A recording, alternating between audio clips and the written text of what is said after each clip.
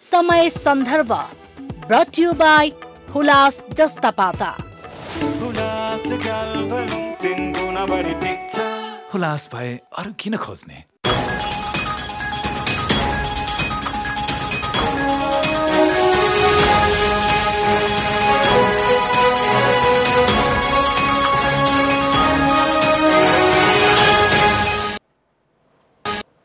दर्शकहरू नमस्ते। समय सन्दर्भमा तपाईं सबैलाई स्वागत छ। म अनन्त वाग्ले। आफूलाई वैकल्पिक शक्ति दाबी गर्दै आएको विवेकशील साझा पार्टी पश्चिगमनतर्फ बढिरहेको छ। केही दिन अघि व्यक्तिगत विचार भन्दै पार्टीका अध्यक्ष रविन्द्र मिश्रले संघीयता, धर्मनिरपेक्षता र राजतन्त्रको विषयमा जनमत संग्रह गर्नुपर्ने विचार अघि सार्नु भएको थियो।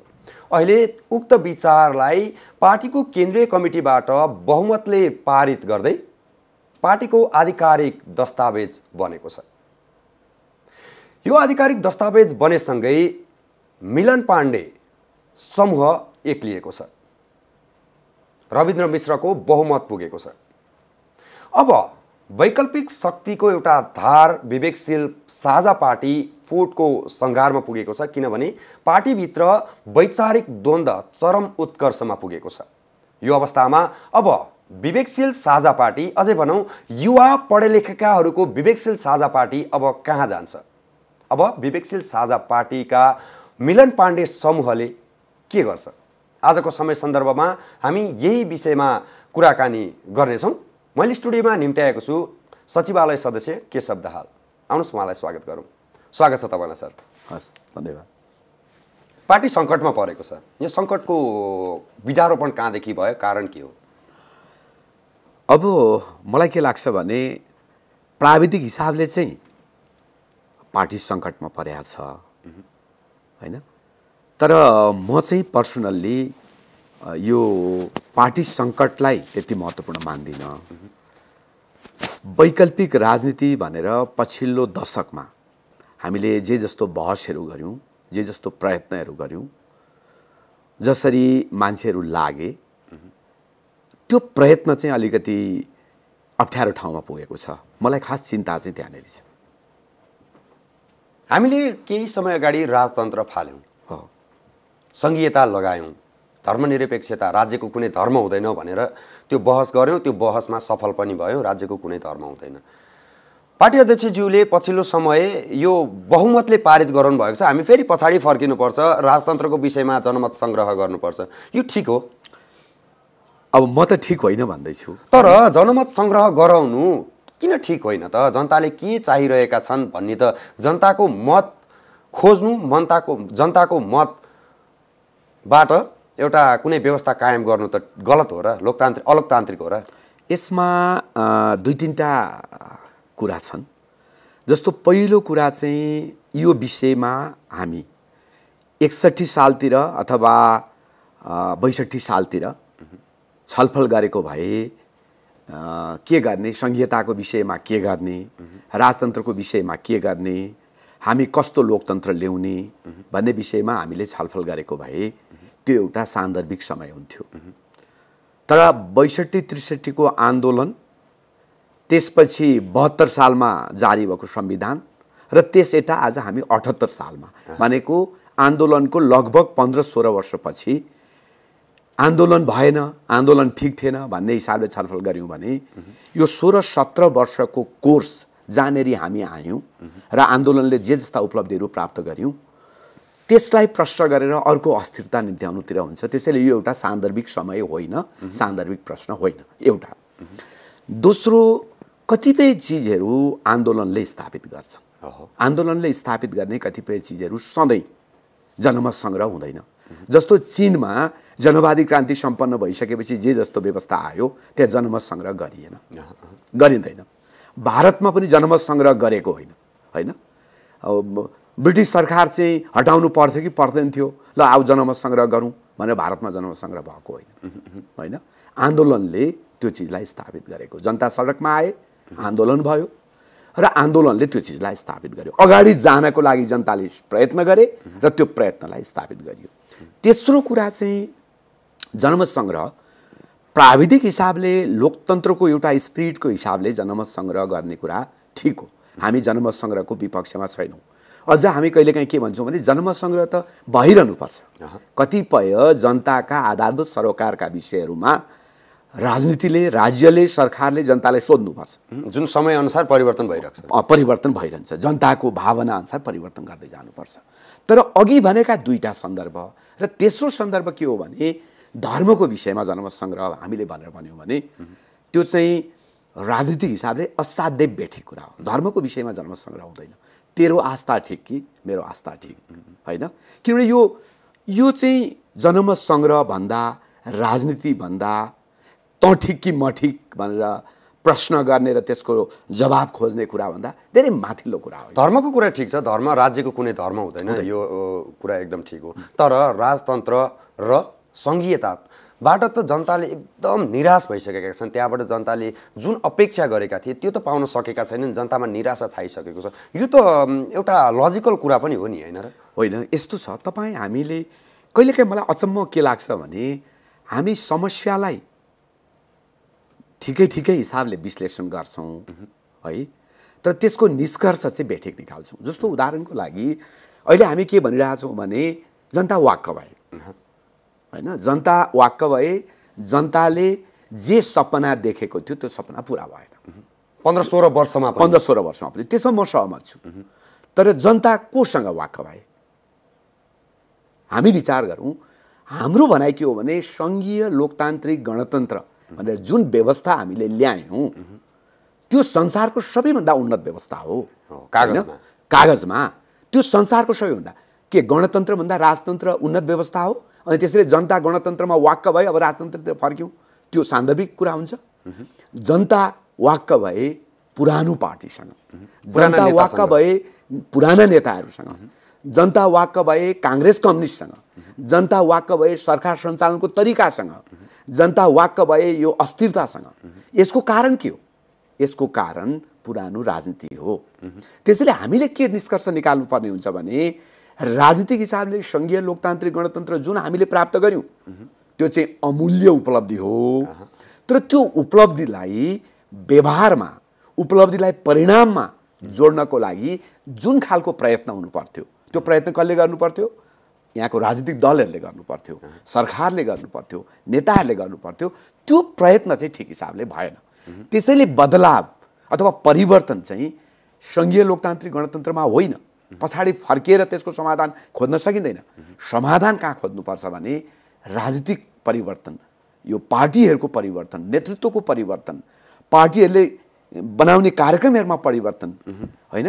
अथवा राज्यलाई जुन हिसाबले हामीले स्वरूप बदल्यौँ सङ्घीय लोकतान्त्रिक गणतन्त्रमा, अब यसको चारित्रिक परिवर्तनतिर पनि हामीले समाधान खोज्नुपर्छ। त्यसैले हामीले के भन्यौँ पार्टी बनाउँदै भने अब राजनीतिक परिवर्तनको युग सकियो, होइन? सङ्घीय लोकतान्त्रिक गणतन्त्र आयो, योभन्दा उत्तम आउने चिजै केही छैन अब संसारमै। अब यसलाई परिणाममुखी बनाउनको लागि अझैलाई राम्रो बनाउने, रङरोकन गर्ने, ठाकठाक ठुकठुक मिलाउने, होइन? किनभने आन्दोलनबाट घडाप्प चिज आएपछि त त्यसलाई त मिलाउनु पर्यो नि। मिलाउने र अनि परिणामतिर लानको लागि राजनीति बदल्ने भने त्यो हो। त्यसैले हाम्रो पार्टीको मूल कार्यभार चाहिँ राजनीति बदल्ने भन्ने हो, होइन? राजनीति बदल्ने भन्ने हो। र हामीले जनतालाई पनि भन्ने के हो भने सङ्घीय लोकतान्त्रिक गणतन्त्र ठिक चिज आएको छ, होइन? यसलाई परिणाममुखी बनाउनको लागि, होइन, यो साधन एकदमै राम्रो छ। यो साधनलाई परिणाममुखी बनाउनको लागि अब ड्राइभरहरू, होइन, मेकानिक्सहरू, यसको रङरोकन गर्ने मान्छेहरू, यसलाई चलाउने मान्छेहरू, अपरेटरहरू, यसमा बदलाव आवश्यक छ। त्यो भने जुन त्यसैले यहाँनेरि हामीले अब जनमत सङ्ग्रह गरौँ, यसको कुनै अर्थ छैन, होइन? र अर्को म चौथो यी भन्छु जनमत सङ्ग्रहकै प्रसङ्गमा, अब जनमत सङ्ग्रह गर्दाखेरि हामीले धर्मको विषयमा जनमत सङ्ग्रह गऱ्यौँ भने के हुन्छ? हामीले त जनमत सङ्ग्रह मानव चाहिँ फलानु मितिमा जनमत सङ्ग्रह गर्ने भन्ने कुरा होला। त्यसपछि हामी प्रचारमा निस्किन्छौँ होला, त्यसपछि हामी भाषण गर्छौँ होला, तेरो धर्म बेठिक भन्छौँ होला, कुरान बेठिक भन्छौँ होला, अनि कुरानका मान्छेले तेरो वेद बेठिक भन्लान्, होइन? तेरो बाइबल बेठिक भन्लान्। हामीले हरेक मान्छेहरूले जुन आस्थाका साथ आफ्ना देउतालाई पूजा गर्छन्, होइन? तेरो देउता बेठिक भनेर भन्यौँ भने त्यो मान्छेको आस्थामाथि चोट पुग्छ र त्यसले नयाँ द्वन्द्व सिर्जना गर्छ हैन। त्यसैले यो समग्र चिज हामीले जे प्राप्त गर्यौं यसमाथि 60-61 तिर छलफल हुन सक्थ्यो, तर हामी आन्दोलनबाट यहाँसम्म आइसक्यौं। आन्दोलनले यो चिज स्थापित गर्यो, संसारभरि नै हुने यस्तै नै हो। अब यसलाई परिणाममुखी बनाएर जनतालाई बढीभन्दा बढी हैन, जस्तो हामीले भन्दै के भन्नु भने व्यवस्था बदल्यो, अब अवस्था बदलौँ भनेका छौँ। त्यो अवस्था बदल्नेतिर जाने पो हाम्रो दायित्व त भन्ने हाम्रो कुरा हो। तर उक्त दस्तावेजलाई त बहुमतले, केन्द्रीय समितिको बहुमतले पारित गर्यो नि, यो त पार्टीको आधिकारिक धारणा भयो। अब त्यसमा दुईटा कुरा छ मेरो। एउटा चाहिँ अब बहुमतले पारित देखिन्छ हैन जुम बैठकमा, तर त्यो बहुमत को हो हैन, त्यसको आधिकारिकता के हो, त्यो कसरी पुष्टि हुन्छ, हस्ताक्षर छैन त्यसमा। एउटा प्रश्न मेरो त्यो हो त्यो हैन। दोस्रो कुरा बहुमतले नै पारित भयो भने पनि तपाईको यो अल्पमत र बहुमतलाई म राजनीतिमा एउटा प्राविधिक विषय हो, यो कतिपय मान्नुपर्ने कुरा होलान्, तर यही सम्पूर्ण कुरा हो भनेर मान्दिनँ। जस्तो उदाहरणको लागि पञ्चायत कालमा जनमत संग्रह भयो हैन, पञ्चायतले जित्यो, तर प्रजातन्त्रको आन्दोलनले समर्पण गरेन हैन। र प्रजातन्त्रवादीहरूले के भने ठिक छ आज जित्यो पञ्चायतले, तर प्रजातन्त्र चाहिँ यो देशको भविष्य हो, प्रजातन्त्र यो उज्यालो हो, र आज अल्पमतमा परे पनि हामी जाने प्रजातन्त्रतिर नै हो भने त्यो आन्दोलन अगाडि बढ्यो, प्रजातन्त्रको आन्दोलन अगाडि बढ्यो हैन। सधैँ बहुमत सही हुँदैन, परिवर्तनको एजेन्डामा सधैँ बहुमत सही हुँदैन। उदाहरणको अर्को पनि म कुरा गर्न चाहन्छु। यदि परम्परादेखि चलिआएका कतिपय चिजहरूलाई बदल्नको लागि अल्पमतले सुरुमा आवाज उठाउँदैन थियो भने हामी यहाँसम्म आउने थिएनौँ। सबै विषय, चाहे तपाईँ सती प्रथाकै कुरा गर्नुहोस्, चाहे तपाईँ जात प्रथाको कुरा गर्नुहोस्। ल आजभन्दा 30 वर्ष अगाडि, 40 वर्ष अगाडि यो जात प्रथाको विषयमा समाजमा हामीले छलफल गरेको भएदेखि सायद सबै जात बराबर हो हैन, यो जातीय विभेद अन्त्य हुनुपर्छ भन्ने पक्ष अल्पमतमा हुन्थ्यो होला। तर अल्पमतमा थियो भन्दैमा तपाईको त्यतिखेरको जात प्रथा मान्नुपर्छ भन्ने बहुमत सही हुन्थ्यो? हुँदैन थियो। कहिलेकाहीँ म के भन्ने गर्छु राजनीतिक रूपमा भने हरेक परिवर्तनका लडाइँहरू अल्पमतबाट सुरु हुन्छ। तपाईहरु पनि अल्पमतमा परिसक्नु भएको छ, अब के गर्नुहुन्छ? यसको दुईटा कुरा छ। अघिदेखि म दुईटा कुरा भन्दैछु, रमाइलो आयो। एउटा चाहिँ यसको प्राविधिक परीक्षण गर्ने, अल्पमत हो कि बहुमत हो भनेर हैन, एउटा कुरा त्यो छ, प्राविधिक परीक्षण गर्ने, किनभने परीक्षण भएको छैन पहिलो कुरा, र त्यसलाई कानुनी हिसाबले निरूपण गर्ने एउटा विषय भयो। दोस्रो विषय चाहिँ राजनीतिक कुरा गर्ने, र राजनीतिक कुरा चाहिँ के हो भने आफ्नो कन्भिक्सन चाहिँ अल्पमत बहुमतबाट निरूपण हुँदैन। म एकदम विनम्रतापूर्वक यो कुरा गर्न चाहन्छु। हाम्रो पार्टीभित्र पनि धेरै साथीहरूले भनेको सुन्छु म हैन, तपाईहरु अल्पमत बहुमतमा आउनुभयो, बहुमतबाट चाहिँ फलानु दस्तावेज पारित भयो, अथवा 2/3बाट पनि भन्नुहुन्छ कति साथीहरूले 2/3बाट पारित भयो। म के भन्न चाहन्छु भने सम्पूर्णबाट पारित होस्, एकजना मान्छे मात्रै त्यसको विपक्षमा होस्, तर सत्य त्यो हो भने, उज्यालो त्यहाँ छ भने, परिवर्तनको स्पिरिट त्यहाँ छ भने राजनीतिमा यो अल्पमत बहुमत भन्ने कुरा धेरै महत्त्वपूर्ण कुरा होइन। प्राविधिक हिसाबले यस्तो चिजहरू निर्णय हुँदैन। साथीहरूलाई यो कुरा बुझाउन सकिएन क्या।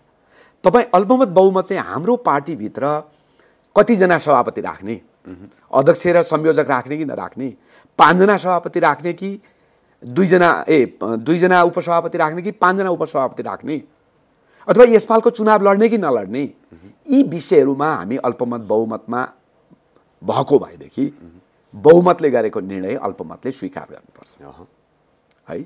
तर हामी एउटा खास कन्भिक्सनका साथ पार्टी बनाउने भनेर एक ठाउँमा आयौँ हैन। हाम्रो कन्भिक्सन के थियो भने जुन परिवर्तन भयो त्यो परिवर्तनलाई स्थापित गर्ने र त्योबाट अगाडि जाने भन्ने कुरा थियो हैन, अग्रगामी परिवर्तनतिर जाने भन्ने थियो। वैकल्पिक राजनीतिको मूल आधार के हो भन्ने हामी केही चिजहरू बनाएको थियौँ। त्यसमा टेकेर हामीले पार्टी बनायौँ। हामी त्यसपछि यात्रामा निस्क्यौँ पार्टी निर्माणको। हामी धेरै अगाडि बढिसक्यौँ।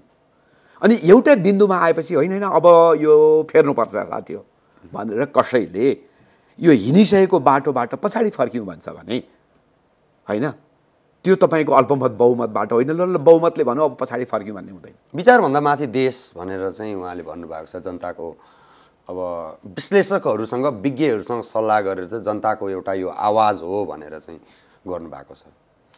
काङ्ग्रेस एमाले पनि यही विषय बेला बेलामा उठाउँदै आएका छन्। केही नेताहरूले धर्मनिरपेक्षता, राजतन्त्र र सङ्घीयताको विरुद्धमा सोच्नुपर्छ भनिरहेका छन्। अध्यक्षज्यूको कुरा केही हदमा ठिक लाग्दैन, केही हदमा पनि ठिक लाग्दैन, पुरै गलत नै हो? होइन, यस्तो छ, म उहाँ त मेरो एकदमै नजिकको मान्छे हो होइन, व्यक्तिगत रूपमा हामी नजिकको साथी नै हौँ। तर राजनीतिक रूपमा चाहिँ उहाँलाई अब म धेरै यहाँ तिक्ततापूर्ण टिप्पणी पनि गर्न चाहन्न। उहाँको आफ्नो धारणा हो, मेरो आफ्नो धारणा हो। तर विचारभन्दा माथि देश भन्ने जुन स्टेटमेन्ट छ त्यो इमोसनल्ली मान्छेहरूलाई तान्नको लागि चाहिँ त्यो ठिकै देखियो होइन।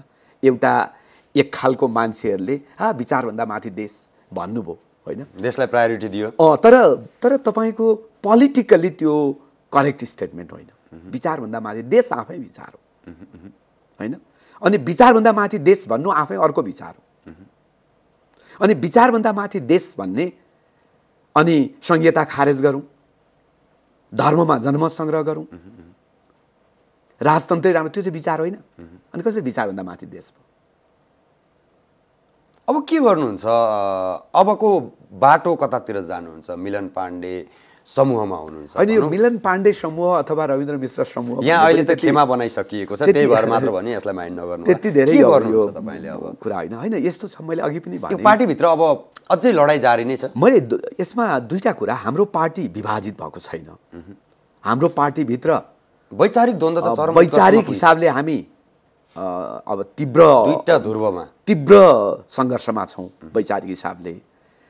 तर हाम्रो पार्टी विभाजित छैन, एउटा कुरा। र हामी पार्टी विभाजन गर्न चाहँदैनौँ। हामी वैकल्पिक राजनीतिको मूलधारलाई, मूलधार भनेको नि यो कुनै मनगणन्ते कुरा गरेको होइन। वैकल्पिक राजनीति भनेर हिजो हामीले सुरु गर्दाखेरि जे भन्यौँ त्यसलाई, त्यो कन्टेक्स्ट फेरिएको छैन होइन। र त्यसलाई स्थापित गरेर हामी अगाडि जान चाहन्छौँ। अब यसको लागि दुईटा कुरा छ क्या। अब दुईटा कुरा भन्दा मलाई हाँस उठेको, अघिदेखि हामी दुईटा कुरामा गइरहेछौँ। प्राविधिक हिसाबले पार्टी फुट्दैन, पार्टी फुटेको छैन होइन। र मूलधारले फुटाउनु पनि आवश्यकता पनि छैन। जनताहरू फुट्नु हुँदैन पनि। किनभने वैकल्पिक शक्ति युवाहरूले मूलधार भनेर जसले क्लेम गरेको छ नि आफूलाई, वैचारिक हिसाबले हामी मूलधार हो।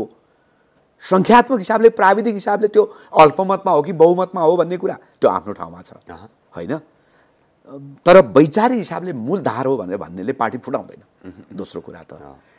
तेस्रो, अब यो प्राविधिक रूपमा यो अन्तरसङ्घर्षको समाधान एक हिसाबले होला, प्राविधिक रूपमा होइन। यसको चाहिँ सङ्ख्याको गणना गर्ने, त्यसपछि त्यो सङ्ख्याको परीक्षण गर्ने, कानुन पल्टाउने होइन, विधि विधान पल्टाउने, निर्वाचन आयोगमा जाने, अदालतमा जाने र त्यहाँबाट समाधान खोज्ने एउटा तरिका हो। त्यो पनि जाला होइन। दोस्रो तरिका भनेको राजनीतिक हिसाबले आफ्नो धारलाई बलियो बनाएर साथीहरू बिचमा जाने, कुरा गर्ने। हामीले किन पार्टी बनाउन खोज्यौँ, हामीले चाहेको राजनीति के हो, यो राजनीतिको आवश्यकता अझै किन छ, किन मूल बाटो नै आवश्यक छ, किन मार्ग परिवर्तन गर्न आवश्यक छैन भन्ने कुरा साथीहरूलाई बताउने। र जहाँसम्म तपाईँको अर्को एक दुईवटा उदाहरण छ क्या अल्पमत बहुमतको। तपाईँ नेपालमै पनि पुराना पार्टीहरू, कम्युनिस्ट पार्टीकै अथवा काङ्ग्रेस पार्टीकै उदाहरण हेर्नुभयो भने पनि यी पार्टीहरू अहिले जहाँ आएर एउटा प्रभुत्व स्थापित गरेर बसेका छन्, यिनीहरूको इतिहास हेर्नु भने अल्पमत बहुमतबाट त्यही लडाइँ लड्दै त्यहाँ आएका हुन्। तपाईँको कम्युनिस्ट पार्टीकै तपाईँको केशरचन्द्र रायमाझी चाहिँ बहुमतबाट चाहिँ स्थापित महासचिव थिए। तर केशरचन्द्र रायमाझी कहाँ पुगे र आज कम्युनिस्ट पार्टी कसको नेतृत्वमा यहाँसम्म आयो? माले तपाईँ चाहिँ नेकपा माले जुन झापाबाट चाहिँ झापामा स्थापित भयो, मूल केन्द्र झापा थियो, त्यो त जिल्ला कमिटीले तत्कालीन नेकपाको झापा जिल्ला कमिटीले बनाएको पार्टी हो, जुन अहिले नेकपा एमालेको रूपमा चाहिँ स्थापित भएर आयो। तपाईँ विचार गर्नुहोस्, अल्पमत बहुमत भनेर गएको भए त त्यो सिद्धिनु पर्ने, त्यो त पार्टीको पनि एउटा जिल्ला कमिटीले बनाएको पार्टी हो। त्यसैले यो अल्पमत बहुमतको कुरै होइन। पोलिटिक्समा मेरो विनम्रतापूर्वक यो भन्ने साथीहरूलाई अनुरोध के हो भने यो कन्भिक्सन चाहिँ अल्पमत बहुमतले निर्धारण हुँदैन, होइन। अगाडि जाने कि पछाडि जाने भन्ने कुरा अल्पमत बहुमतले निर्धारण हुँदैन। अगाडि जाने भन्ने मान्छेहरू एकदमै झिनु अल्पमतमा भए पनि सत्य त्यही हो र त्यो अगाडि जान्छ। भोट त चाहियो नि, एउटा एजेन्डा लिएर त जानु पर्यो नि। भोट जनताले जुन एजेन्डामा धेरै भोट आउँछ त्यो एजेन्डा त लिएर जानु पर्यो नि भन्ने विचार हो कि? एकदमै बेठिक कुरा हो नि त यो। जुन एजेन्डामा भोट आउँछ त्यो एजेन्डा बोकेर जानुपर्छ भन्ने चाहिँ राजनीतिक रूपमा शक्तिमा त आउनु पर्यो नि पहिला। राजनीतिक रूपमा असाध्यै हानिकारक विचार हो। जुन विचारमा भोट आउँछ त्यो विचार लिएर हिँड्ने होइन। नेपाललाई कस्तो बनाउने, यसको स्टेट क्राफ्टिङ कस्तो हुन्छ, हामी कसरी जनतालाई बढी लोकतन्त्र दिन सक्छौँ, बढी न्याय दिन सक्छौँ, बढी समृद्धि दिन सक्छौँ, बढी सुख दिन सक्छौँ, त्यो विचार कुन हो, होइन।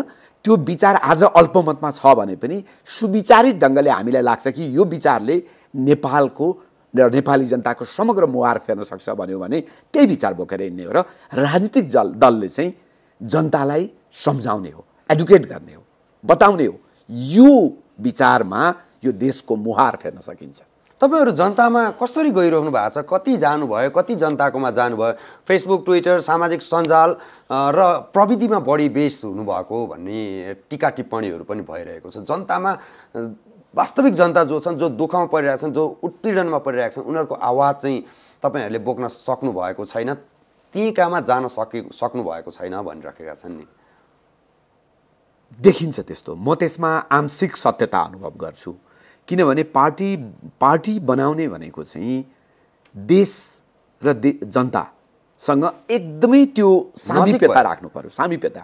र त्यो सामिप्यता चाहिँ तपाईँको फेसबुकका सतै टिप्पणीहरूलाई हेरेर मख परेर त्यो सामिप्यता स्थापित हुँदैन। हामी त जानु पर्यो। मैले बार बार भन्ने गरेको नै यही छु कि हामी पार्टी बनाएर यो पछिल्लो समय जसरी आयौँ, होइन, हामी जहाँनेरि जे जस्ता तर्क वितर्क गरेर फसिरहेका छौँ त्यो बेठिक छ है। हामी जानुपर्ने जनतासँगै हो, जनताको काखमा हो। र जनतालाई तिम्रो खास गरी न्यायको कुरा, भोग विरुद्ध, तपाईँको गरिबी विरुद्ध, रोग विरुद्ध, होइन, उसको चाहिँ सम्पूर्ण स्वतन्त्रतालाई स्थापित गर्ने मुद्दासहित हामी जनताको काखमा जानुपर्छ। मेरो कुरै यही हो। तर यहाँ त कस्तो भयो, हाम्रो पार्टीमा अहिले पछिल्लो बहसै यही हो। तपाईँले यो मार्ग परिवर्तन र मूल बाटोको कुरा हेर्नु भने हामीले के भन्यौँ भने जनताले भन्छ म भोकै छु, म रोग छ, मेरा बच्चाले राम्रोसँग पढ्न पाएनन्, गरिबी अन्त्य भएन। यो सबैले हाम्रा सपनाहरू पटक पटक तपाईँको चाहिँ मसानघाटमा जान गए। हामी आफ्नै सपनाको मलामी बोकेर हिँड्न बाध्य भयौँ। जनताको कुरा यही हो। यो भनेर रुने मान्छेलाई हामीले के भन्यौँ? पक पक हामी आउँदैछौँ, होइन, पक पक। अब धर्मनिरपेक्षता खारेज गर्नुपर्छ। त्यो कुन दबाई हो? जनताले भोकको कुरा गर्छ, तपाईँ धर्मको कुरा गर्नुहुन्छ। जनताले उपचारको कुरा गर्छ, तपाईँले चाहिँ। र के गरियो भने र एउटा ठुलो शत्रु खडा गरियो, कतै अदृश्य एउटा शक्ति खडा गरियो। र के भन्यो भने ल है बर्बाद भयो, ल हेर है देशै रहन्छ कि रहँदैन, तिमी भोकको कुरा गर्छौ। ए जनता, तिमी भोकको कुरा गर्छौ, तिमी शोकको कुरा गर्छौ, तिमी रोगको कुरा गर्छौ, देशै रहन्छ कि रहँदैन, या त त्यस्तो पो भइसक्यो। त्यसैले गर्दाखेरि देश बचाउनको लागि हेर्नुहोस्, अब यो संघीयता खारेज गर्नुपर्छ, धर्मनिरपेक्षतामा जनमत सङ्ग्रह गर्नुपर्छ। यो चाहिँ बेठिक बाटो। जहिलेसम्म तपाईँ जनताको भोकको उपचार गर्नुहोस्, जनताको रोगको उपचार गर्नुहोस्, जनताको गरिबीको उपचार गर्नुहोस्, जनतालाई सम्पूर्ण न्याय दिनुहोस्, त्यसपछि देश बलियो हुन्छ। चुनाव आउँदैछ, अब कुन एजेन्डा लिएर अगाडि बढ्नुहुन्छ? कुन एजेन्डा लिएर अघि बढ्नुपर्छ? यो मुलुकको समृद्धि र विकासको लागि सबैभन्दा बाधक परम्परागत राजनीति, त्यो प्रवृत्ति, त्यो त हट्न गाह्रो छ नि, धेरै गाह्रो छ। र त्यसको लागि हामीले जनतालाई भन्नुपर्छ, नयाँ राजनीति स्थापित गर्नको लागि तपाईहरुले मद्दत गर्नुपर्छ। घाँसबास, कपास, शिक्षा, स्वास्थ्य, सुरक्षा जस्ता आधारभूत चिजहरू तपाईको हक हो। त्यो हक लिनको लागि नयाँ राजनीति स्थापित गर्नुपर्छ। सुशासन आवश्यक छ। भ्रष्टाचार हाम्रो देशको सबैभन्दा ठुलो समस्या हो। त्यसको अन्त्यका लागि नयाँ राजनीति स्थापित गर्नुपर्छ र त्यसको लागि त्यो बदलावको लागि नयाँ राजनीति, नयाँ नेतृत्व, नयाँ राजनीतिक संस्कृति आजको आवश्यकता हो। त्यतातिर जानुपर्छ भने जनतालाई आह्वान गर्ने हो। तर यो त एउटा बाटो हो हैन। संकट चाहिँ के हो भने तर यो भन्ने कि त्यो भन्ने कि फेरि पनि हामी दुविधामा प्रवेश गर्यौं। अहिले देशमा जनताभन्दा कार्यकर्ता धेरै भएको अवस्थामा उनीहरूको विचार परिवर्तन गर्न त कतिको सङ्घर्ष गरिराख्नु भएको छ, किनभने एउटा चुनाव त लड्नु भयो है। अब यो चाहिँ कस्तो भयो भने कठिन विषय हो नि पक्कै पनि। होइन, हाम्रोमा एउटा समस्या देख्दैछु म पछिल्लो समय। सामूहिक रूपमा नै हामी गलत दिशातिर जाँदैछौँ होइन। जस्तो त्यसको उदाहरण छ मसँग। नेकपा एमाले आफूसँग 7-8 लाख सदस्य भएको दाबी गर्छ। बाहिर केपी ओलीको हामी आलोचना गर्छौँ, ठिक भएन है। यसले कम्युनिस्ट पार्टीको मूल स्पिरिटबाट यो स्खलित भयो। यो पार्टीले अहिले जसरी काम गर्दैछ यही हिसाबले जाने हो भने यो देशमा समाजवाद आउँदैन। त्यसैले नेकपा एमालेमा परिवर्तन आवश्यक छ भन्छौँ हामी होइन। 8 लाख मान्छेले केपी ओली र हामीले त्यो प्रवृत्ति भनेर जसलाई गाली गर्छौँ त्यसको समर्थन गर्छ र ताली बजाउँछ। त्यहाँ कुनै आलोचनात्मक टिप्पणी छैन, प्रश्न छैन। हाम्रै पार्टीभित्र तपाईँले भन्नुभयो भर्चुअल नै सही, त्यसलाई हामीले अब परीक्षण गर्नुपर्छ त भनिरहेछौँ। तर 2/3 मार्ग परिवर्तन भन्यो। हामीले भन्यौँ जनआन्दोलनका उपलब्धिहरू रक्षा गर्नुपर्छ र अगाडि बढ्नुपर्छ होइन। जनताका आधारभूत विषयमा हामी केन्द्रित हौँ। नदेखि नै शत्रु खडा गरेर तपाईँ सारा ध्यान मोड्ने होइन। त्यो चिज चाहिँ हो। काङ्ग्रेसभित्र तपाईँ 5-7 लाख कति सदस्य भन्नुहुन्छ, फेरि पनि 8 लाख सदस्य भन्नुहुन्छ। फेरि पनि तपाईँको काङ्ग्रेसको गति हेर्नुहोस्, सरकार हेर्नुहोस्, सरकार सञ्चालनको तरिका हेर्नुहोस्, कहाँ उज्यालो छ। तर पनि मक्ख छन् साथीहरू। त्यसैले यो जुन मक्ख पर्ने होइन अनि आफ्नो नेतृत्वलाई पूजा गर्ने, त्यसको फेर समात्ने र लुकुर लुकुर लुकुर लुकुर पछि ल यही हो है हाम्रो त अब यसैको त विरोध गरे हो। र आज हाम्रो अगाडि देखिएको एउटा सामूहिक समस्या हो। हामी पार्टीभित्र, पार्टीका सदस्यहरूभित्र आलोचनात्मक चेत रहेन, प्रश्नहरू रहेनन् र सबै शरणागत भए। सानो पार्टी, वैकल्पिक पार्टी, त्यो भित्र त सहभागितामूलक लोकतन्त्र छ, त्यो भित्र त सोभरेन सदस्यहरू छन् र तिनीहरूले नेतालाई आलोचना गर्लान्, प्रश्नहरू गर्लान् भन्ने हामीले भन्यौँ। कुडुलो लागेर चाहिँ 2/3 तपाईँले भनेको, यद्यपि म फेरि भन्छु परीक्षण हुनु बाँकी छ। तर हे विचारभन्दा माथि देश, ठिक छ रविन्द्रजीको विचारभन्दा माथि देशको उहाँको त्यो भावनालाई म सम्मान गर्छु। तर पोलिटिकल्ली त्यो स्टेटमेन्टमाथि किन परीक्षण हुँदैन? त्यो ठिक कि बेठिक अथवा त्यो स्टेटमेन्ट के साँच्चै सही हो त? त्यो कुरै छैन। हेर्नुहोस्, विवेकशील र साझा पार्टी दुईचोटि मिलेर अहिले पनि विवाद एकदम उत्कर्षमा पुगिरहेको छ। 6 महिनाभित्र महाधिवेशन गर्नुपर्ने भन्ने कुरा थियो। के कारणले अड्क्यो, कहाँ अड्क्यो यो महाधिवेशनको कुरा? अब यसमा थोरै म तपाईँलाई अनुरोध गर्न चाहन्छु कि यो विवेकशील र साझा पार्टीको एकता, विभाजन र एकता अब दुःखद र सुखद कुरा हो। विभाजन हुनु हुँदैन थियो, दुःखद कुरा हो। एकता भयो, सुखद कुरा हो। र अहिले जुन विवाद छ यो विवेकशील र साझाको विवाद होइन होइन। पूर्व विवेकशील र पूर्व साझाको विवाद होइन, यो व्यक्तिको विवाद हो। यो चाहिँ विवेकशील साझा पार्टीभित्रको विवाद हो क्या। यो पूर्व विवेकशील र पूर्व साझाको विवाद होइन, किनभने म पूर्व साझाको प्रतिनिधित्व गर्छु होइन।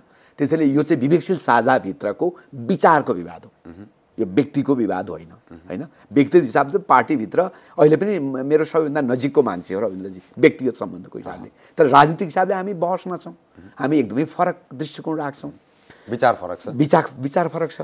जहाँसम्म महाधिवेशनको कुरा गर्नुभयो तपाईँले, मेरो भनाइ पनि त्यही नै हो। मेरो भनाइ पनि के हो भने हाम्रो पार्टीको लागि आजको आवश्यकता के हो भने पार्टीको पहिलो एकताको महाधिवेशन सम्पन्न गर्ने र पार्टी निर्माणको पहिलो चरण सम्पादन गर्ने। किनभने पार्टी स्थापना गरेर अहिलेसम्म एउटा महाधिवेशन पनि भएको छैन होइन। रविन्द्रजी संयोजक अथवा अध्यक्ष हुनुहुन्छ, त्यो कहाँबाट हुनुभयो? त्यसको त कुनै आधार छैन होइन। म सचिवालय सदस्य छु, कसले निर्वाचित गर्यो मलाई, होइन? त्यसैले पार्टी निर्माणको र पार्टी यहाँसम्म जसरी आयौँ हामी यसको राजनीतिक समीक्षा गर्ने, होइन? यसलाई चाहिँ फर्केर हेर्ने, हामीले हिँडेको बाटो हाम्रा अनुभवहरूलाई संश्लेषण गर्ने र अब राजनीतिक हिसाबले हामी यहाँ जाने र त्यहाँ जानको लागि हामीले बनाउनु पर्ने नेतृत्व यो हो र यो नेतृत्वले पार्टीको अर्को कार्यभार अथवा पार्टीको आगामी दिनहरूलाई चाहिँ अगाडि बढाउनेछ भनेर चाहिँ भन्ने मूल काम थियो। एकताको महाधिवेशन गर्ने सकस केमा पर्यो र यही महाधिवेशन गर्ने सन्दर्भमा मैले के भने जुन अहिले मार्ग परिवर्तन र मूल बाटो भनेर हामी बहसमा प्रवेश गऱ्यौँ, मैले भने के थियो भने हरेक बहसको समय हुन्छ।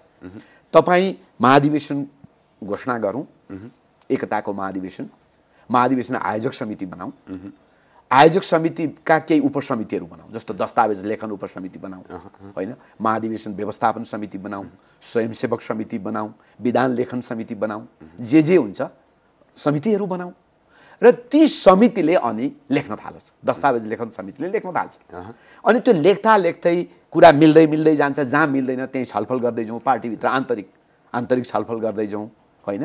र एउटा बिन्दुसम्म हामी मिल्दै अगाडि जान्छौँ, जहाँ मिल्दैन अनि साथीहरूलाई सोधौँ। जानुपर्ने राइट तरिका त्यो थियो, होइन? अनि त्यसले अलिकति हाम्रो छलफल पनि व्यवस्थित हुन्थ्यो। भइदियो के महाधिवेशनको कुरा छैन, होइन? 81 व्यक्तिगत तहमा भनेर डकुमेन्ट आयो रविन्द्रजीको, जसले तपाईँको चाहिँ एक खालको दुविधाहरू सिर्जना गर्यो। वैकल्पिक राजनीतिको यो जुन स्पिरिट हामीले वैकल्पिक राजनीतिको जुन आधार हामीले बनाउन खोजिरहेथ्यौँ त्यसलाई अलिकति धुमिल बनाउने त्यो डकुमेन्टले देख्यौँ हामीले, त्यसले चाहिँ दुविधाहरू सिर्जना गरेर देख्यौँ र हामीले पनि त्यो होइन है, वैकल्पिक राजनीतिको मूल बाटो त यो हो भनेर त्यो अर्को डकुमेन्ट ल्यायौँ, जुन चाहिँ वास्तवमा पार्टीभित्र नै हुनुपर्थ्यो र मैले भनेकै त्यही थियो। तर अब रविन्द्रजीको आएपछि अर्को आउनु आवश्यक भयो, अनि त्यसपछि यो बहस चाहिँ अर्को दिशामा गयो। तर मूल काम चाहिँ महाधिवेशन नै थियो, एकताको महाधिवेशन, र त्यो महाधिवेशनले यो सबै चिजलाई निरूपण गरेर अगाडि जान सक्थ्यो भन्ने लाग्छ। कसले रोक्यो यो महाधिवेशन गर्नको लागि? कहाँ चुक्यौँ हामी? कसरी सकस? अब व्यक्तिगत हिसाबले चाहिँ अब म त्यति धेरै आरोप त लगाउन चाहन्न कसले रोक्यो भन्ने, तर महाधिवेशन हुन सकेन भने यसको पहिलो जिम्मेवारी अध्यक्षले लिनुपर्छ, होइन? किनभने उहाँ मूल नेता हो, होइन? त्यसपछि सचिवालय सदस्यको हिसाबले मैले पनि लिनुपर्छ, अथवा हाम्रो सचिवालय सदस्यहरूको टिमले पनि लिनुपर्छ, अनि केन्द्रीय समितिले पनि यसको तहगत जिम्मेवारी लिनु पर्ला। तर महाधिवेशन हुन नसकेको पहिलो दोष रविन्द्रजीलाई नै जान्छ, अध्यक्षलाई नै जान्छ। महाधिवेशन गर्न चाहिँ किन चाहिँ सकिएन त? महाधिवेशन भने त त्यत्रो ठुलो त्रास हो, त्रास चाहिँ शक्तिबाट तल झरिन्छ कि भन्ने त्रास मलाई लाग्छ दुई तिनटै कुरा होला। यो वैचारिक हिसाबले पनि त्रास भयो, होइन? अर्को त्यो पनि होला, होइन? तेस्रो चाहिँ अब महाधिवेशन के र अहिले एक खालको चाहिँ वात उ छ, किन चाहिँ यो झैझमेला गरिरहने? पार्टीमा कहिलेकाहीँ कस्तो हुन्छ भने एकदमै कम्फर्टेबल बस्न चाहने प्रवृत्ति देखिन्छ क्या साथीहरूको। राजनीति भनेको त अलिकति हुन्छ नि त, कहिलेकाहीँ टकराव हुन्छ, कहिलेकाहीँ अलिकति मन्थन हुन्छ, कहिलेकाहीँ अन्तरसङ्घर्षहरू हुन्छन्, होइन? तर त्यो सबैमा एकदमै भड्किहाल्ने, ओहो बर्बादै पो हुन्छ कि भन्ने, अनि अलिकति फरक मतलाई गाली गलोज गरिहाल्ने र कम्फर्टेबल बस्ने। र एउटा हाम्रो पार्टीभित्रको एउटा साथीहरूको चाहिँ मनोविज्ञान के छ भने हम बर्बाद पो हुन्छ त महाधिवेशन गऱ्यो भने। कहाँ अहिले महाधिवेशन? नेपाल राजनीतिकै प्रवृत्ति हो अहिले पछि त्यो। वास्तवमा त्यही त अघि मैले भने नि, वास्तवमा सामूहिक सङ्कटतिर छौँ क्या हामी। राजनीतिमा पार्टीहरू फरक फरक छौँ हामी, होइन? तर त्यो सङ्कट उस्तै रहेछ क्या। त्यो काङ्ग्रेसभित्रको सङ्कट, त्यही काङ्ग्रेसभित्रको सङ्कट, कम्युनिस्ट पार्टीभित्रको सङ्कट, होइन? हाम्रो वैकल्पिक बन्यो हामी भित्रको सङ्कट। रमाइलो त के हो भने नयाँ पार्टी बनाउनु भयो माधव नेपालहरूले, त्यहाँ पनि सङ्कट। माधव नेपालको कुरा एकचोटि भेट्न जानुभएको थियो, एउटा तरङ्ग नै निस्किएको थियो। अब जुन फरक दृष्टिकोण फरक विचार राख्ने एक समूह चाहिँ अब माधव नेपालमा सम्मिलित हुने हो कि भन्ने, यो के हो? कतिको सत्यता हो यो चाहिँ कस्तो भने अघिदेखि हामी भन्दैछौँ नि, हाम्रो समाज चाहिँ एउटा परिपक्व र उदार समाजै भएन क्या। म कुनै पार्टीमा छु, त्यो पार्टीको तपाईँहरूले त्यो स्थापित गर्न खोज्नु, सबैलाई भेट्नु भयो? म एउटा पार्टीको म सचिवालय सदस्य हो, होइन? म लेख्छु पढ्छु, आफ्नै हिसाबले चाहिँ कतिपय कामहरू गर्छु। मेरो दायित्व के हो भने राजनीति कसरी जाँदैछ, पार्टीहरूले कसरी सोच्दै हुनुहुन्छ होइन प्रधानमन्त्री के सोच्दै हुनुहुन्छ, अरू पार्टीका नेताहरू के सोच्दै हुन्छ, पूर्व प्रधानमन्त्री के सोच्दै हुन्छ भनेर त्यहाँ त भेटघाट गर्नु पर्यो, जानु पर्यो, चिया खानु पर्यो, कफी खानु पर्यो, आफ्नो कुरा भन्नु पर्यो, उहाँको कुरा सुन्नु पर्यो। कटुताको राजनीति हुनु हुँदैन नि त। अब त्यो गर्ने बित्तिकै अब आज माधव नेपाललाई भेटौँला, ल माधव नेपालतिर जाने भए भन्ने विचारमा बेमेल हुनसक्छ। भोलि शेरबहादुरसँग भेटौँला, हामी प्रधानमन्त्रीसँग ल उता जाने भए भन्ला, अनि पर्सि के अरे प्रचण्डसँग भेटौँला, प्रचण्डसँग। यो निष्कर्ष एउटा चिया खाने बित्तिकै को कता गयो भनेर हो हल्ला गर्ने र त्यसलाई चाहिँ त्यही हिसाबले आरोप लगाएर चाहिँ ल यो त यस्तो पो रहेछ भन्ने, यो निष्कर्षले हामीलाई कमजोर बनाउँदैन। त्यो निष्कर्ष निकाल्ने मान्छेहरू कति कमजोर छन्, कति कमजोर धरातलमा उभिएका छन् र उनीहरूले राजनीतिलाई कति सतै रूपमा बुझ्छन् भन्ने त्यसको अभिव्यक्ति हो त्यो। हस् केशव सर, आइदिनु भयो, समय दिनुभयो, आफ्नो महत्त्वपूर्ण विचारहरू राखिदिनु, तपाईँलाई धेरै धेरै धन्यवाद छ। हस्, खुसी लाग्यो, धन्यवाद।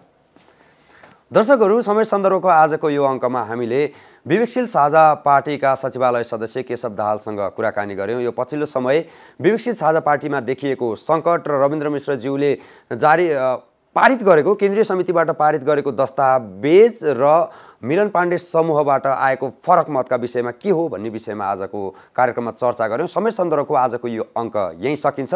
म अनन्त वाग्लेलाई बिदा दिनुहोस्। नमस्ते।